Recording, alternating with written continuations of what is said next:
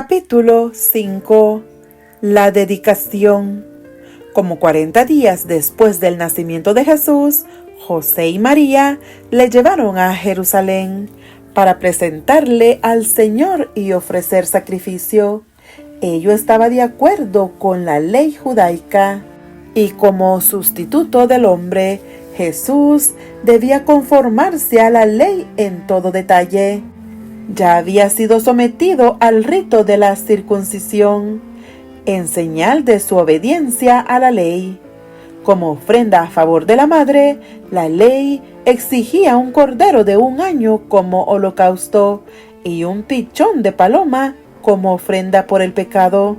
Pero la ley estatuía que si los padres eran demasiado pobres para traer un cordero, podía aceptarse un par de tórtolas o de pichones de palomas, uno para holocausto y el otro como ofrenda por el pecado. Las ofrendas presentadas al Señor debían ser sin mácula. Estas ofrendas representaban a Cristo, y por ello es evidente que Jesús mismo estaba exento de toda deformidad física. Era el Cordero sin mancha y sin contaminación. Su organismo físico no era afeado por defecto alguno. Su cuerpo era sano y fuerte, y durante toda su vida vivió en conformidad con las leyes de la naturaleza. Tanto física como espiritualmente, era un ejemplo de lo que Dios quería que fuese toda la humanidad mediante la obediencia a sus leyes. La dedicación de los primogénitos se remontaba a los primeros tiempos. Dios había prometido el primogénito del cielo para salvar al pecador. Este don debía ser reconocido en toda familia por la consagración del primer hijo. Había de ser dedicado al sacerdocio como representante de Cristo entre los hombres. Cuando Israel fue librado de Egipto, la dedicación de los primogénitos fue ordenada de nuevo. Mientras los hijos de Israel servían a los egipcios, el Señor indicó a Moisés que fuera al rey de Egipto y le dijera: Jehová ha dicho así: Israel es mi hijo, mi primogénito. Ya te he dicho que dejes ir a mi hijo para que me sirva, mas no has querido dejarlo ir. He aquí yo voy a matar a tu hijo, tu primogénito. Moisés dio su mensaje, pero la respuesta del orgulloso monarca fue: ¿Quién es Jehová para que yo oiga su voz y deje ir a Israel? Yo no conozco a Jehová, ni tampoco dejaré ir a Israel. Jehová obró en favor de su pueblo mediante señales y prodigios, y envió terribles juicios sobre el faraón. Por fin el ángel destructor recibió la orden de matar a los primogénitos de hombres y animales de entre los egipcios. A fin de que fuesen perdonados, los israelitas recibieron la indicación de rociar sus dinteles con sangre de un cordero inmolado. Cada casa había de ser señalada, a fin de que cuando pasase el ángel en su misión de muerte, omitiera los hogares de los israelitas. Después de enviar este castigo sobre Egipto, Jehová dijo a Moisés: Santifícame todo primogénito, así de los hombres como de los animales, mío es.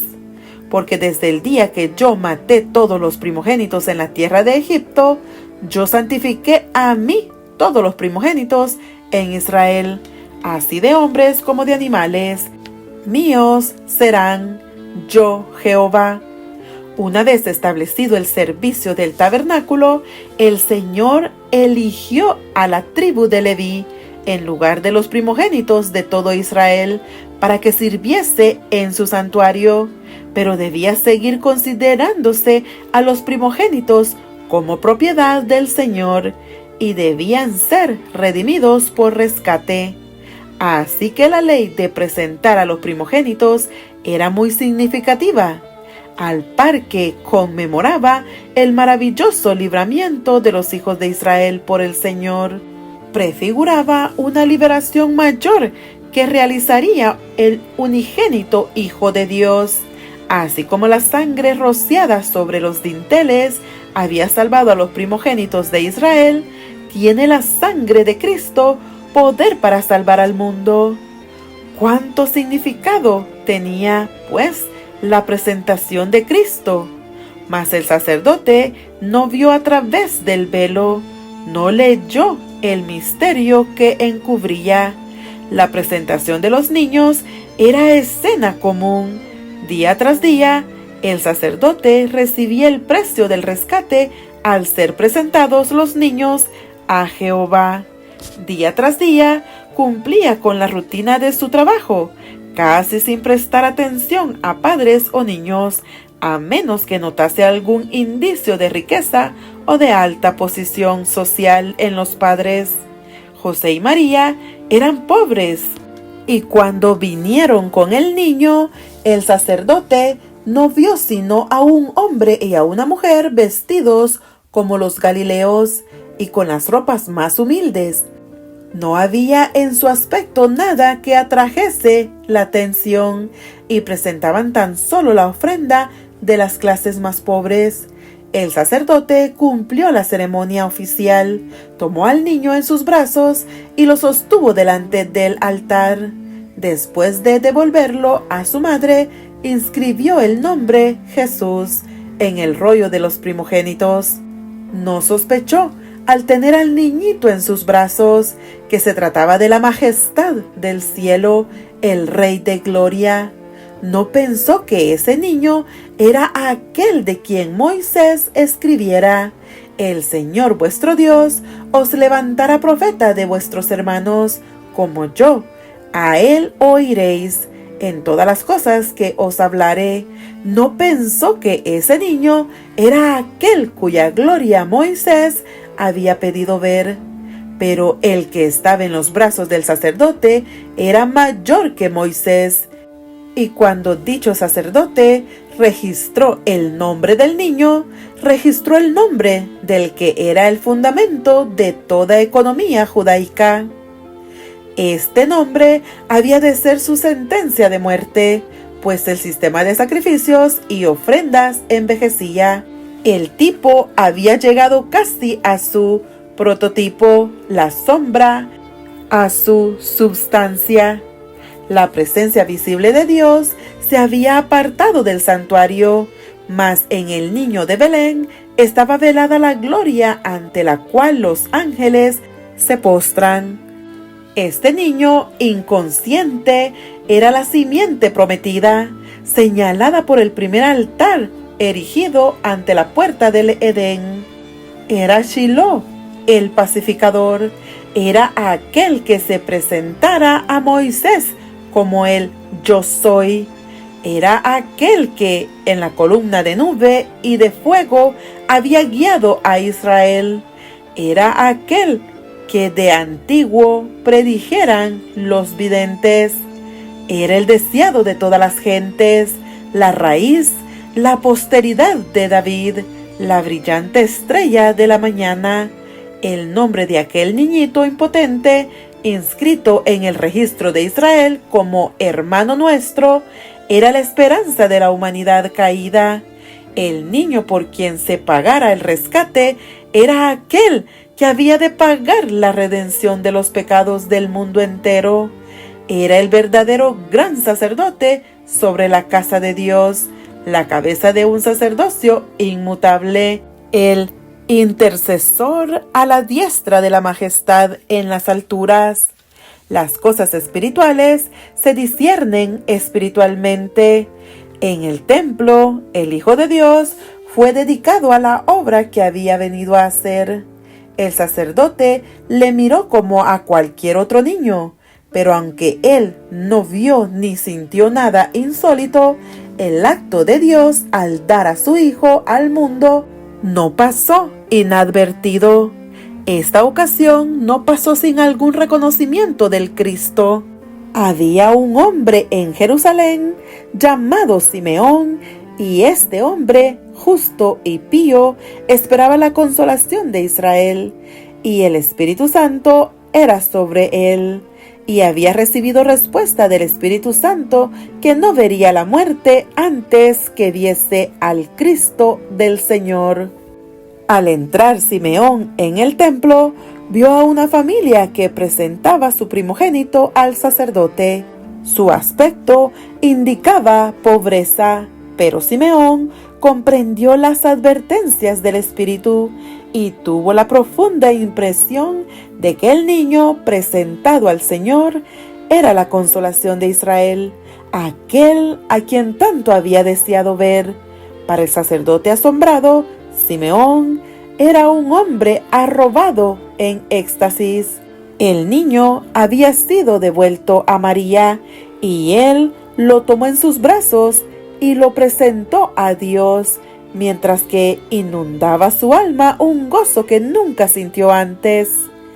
Mientras elevaba al niño Salvador hacia el cielo, exclamó: «Ahora despides, Señor, a tu siervo, conforme a tu palabra, en paz, porque han visto mis ojos tu salvación, la cual has aparejado en presencia de todos los pueblos, luz para ser revelada a los gentiles y la gloria de tu pueblo Israel». El espíritu de profecía estaba sobre este hombre de Dios, y mientras que José y María permanecían allí, admirados de sus palabras, los bendijo y dijo a María: «He aquí, este es puesto para caída y para levantamiento de muchos en Israel, y para señal a la que será contradicho, blanco de contradicción.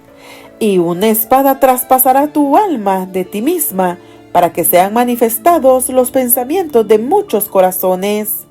También Ana la profetisa vino y confirmó el testimonio de Simeón acerca de Cristo. Mientras hablaba Simeón, el rostro de ella se iluminó con la gloria de Dios y expresó su sentido agradecimiento por habérsele permitido contemplar a Cristo el Señor. Estos humildes adoradores no habían estudiado las profecías en vano, pero los que ocupaban los puestos de gobernantes y sacerdotes en Israel, aunque habían tenido delante de sí los preciosos oráculos proféticos, no andaban en el camino del Señor, y sus ojos no estaban abiertos para contemplar la luz de la vida. Así sucede todavía. Pasan inadvertidos para los dirigentes religiosos y para los que adoran en la casa de Dios acontecimientos en los cuales se concentra la atención de todo el cielo.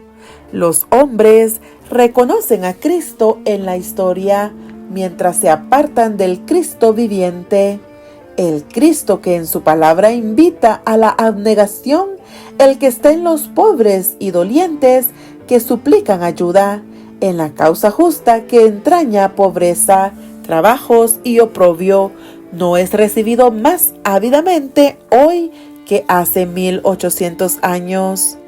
María reflexionó en la amplia y profunda profecía de Simeón, mientras miraba al niño que tenía en sus brazos y recordaba las palabras de los pastores de Belén, rebosaba de gozo, agradecido y alegre esperanza.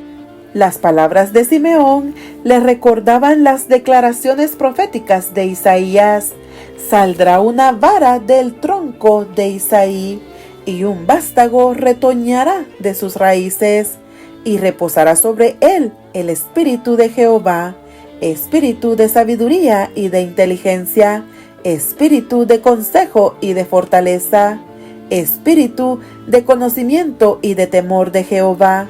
Y será la justicia cinto de sus lomos, y la fidelidad ceñidor de sus riñones. El pueblo que andaba en tinieblas vio gran luz. Los que moraban en tierra de sombra de muerte, luz resplandeció sobre ellos. Porque un niño nos es nacido, hijo nos es dado, y el principado sobre su hombro. Y llamaráse su nombre Admirable, Consejero, Dios fuerte, Padre eterno, Príncipe de paz». Sin embargo, María no entendía la misión de Cristo. En su profecía, Simeón lo había denominado luz que iba a ser revelada a los gentiles y gloria de Israel. Así también los ángeles habían anunciado el nacimiento de Cristo como nuevas de gozo para todos los pueblos. Dios estaba tratando de corregir el estrecho concepto de los judíos respecto de la obra del Mesías. Deseaba que le contemplasen no solo como el libertador de Israel, sino como redentor del mundo, pero debían transcurrir muchos años antes de que la madre de Jesús comprendiese la misión de él. María esperaba el reinado del Mesías en el trono de David, pero no veía el bautismo de sufrimiento por cuyo medio debía ganarlo.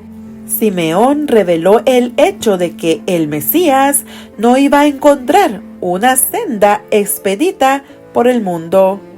En las palabras dirigidas a María, una espada traspasará tu alma.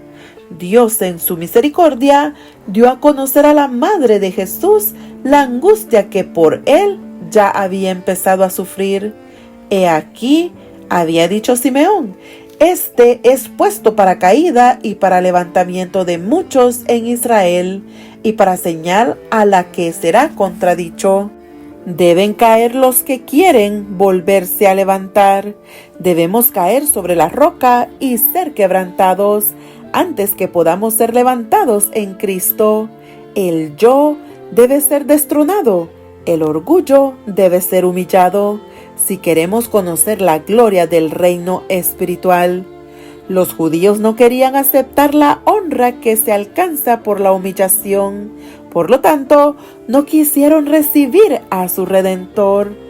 Fue una señal contradicha para que sean manifestados los pensamientos de muchos corazones. A la luz de la vida del Salvador, el corazón de cada uno, aún desde el Creador hasta el príncipe de las tinieblas, será revelado.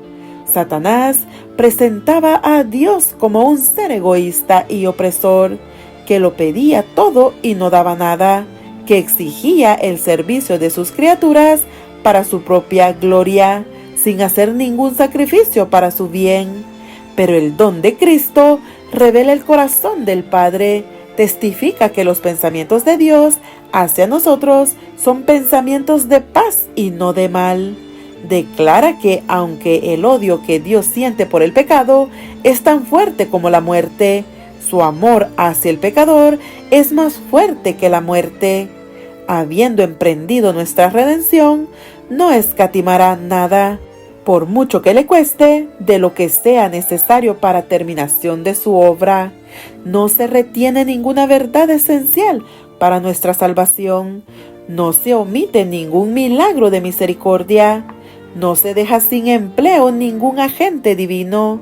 Se acumula un favor sobre otro, una dádiva sobre otra. Todo el tesoro del cielo está abierto a aquellos a quienes Él trata de salvar. Habiendo reunido las riquezas del universo y abierto los recursos de la potencia infinita, lo entrega todo en las manos de Cristo y dice: todas estas cosas son para el hombre. Úsalas para convencerlo de que no hay mayor amor que el mío en la tierra o en el cielo. Amándome hallará su mayor felicidad. En la cruz del Calvario, el amor y el egoísmo se encontraron frente a frente. Allí fue hecha su manifestación culminante.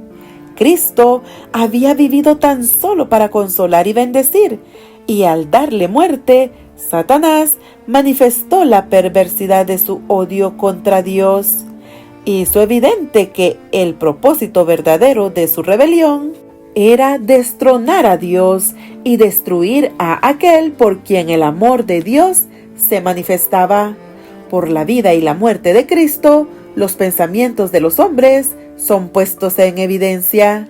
Desde el pesebre hasta la cruz, la vida de Jesús fue una vocación de entrega de sí mismo y de participación en los sufrimientos. Reveló los propósitos de los hombres. Jesús vino con la verdad del cielo, y todos los que escucharon la voz del Espíritu Santo fueron atraídos a él. Los que se adoraban a sí mismos pertenecían al reino de Satanás.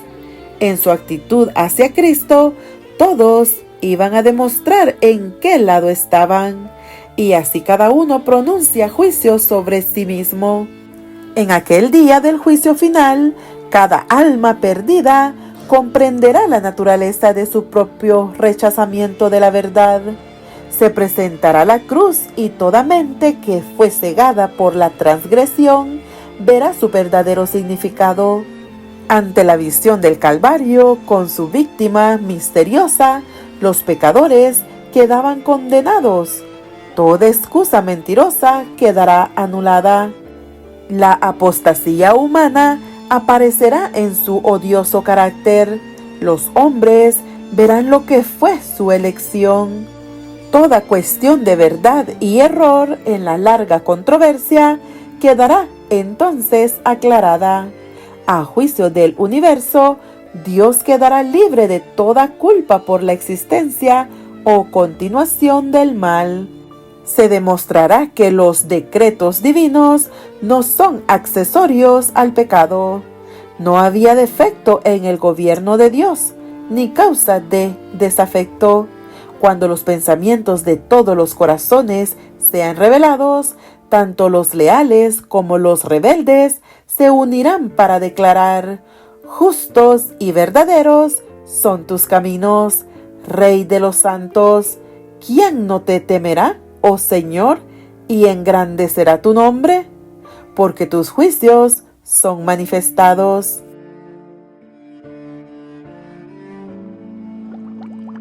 Dale like y suscríbete. Que Dios te bendiga.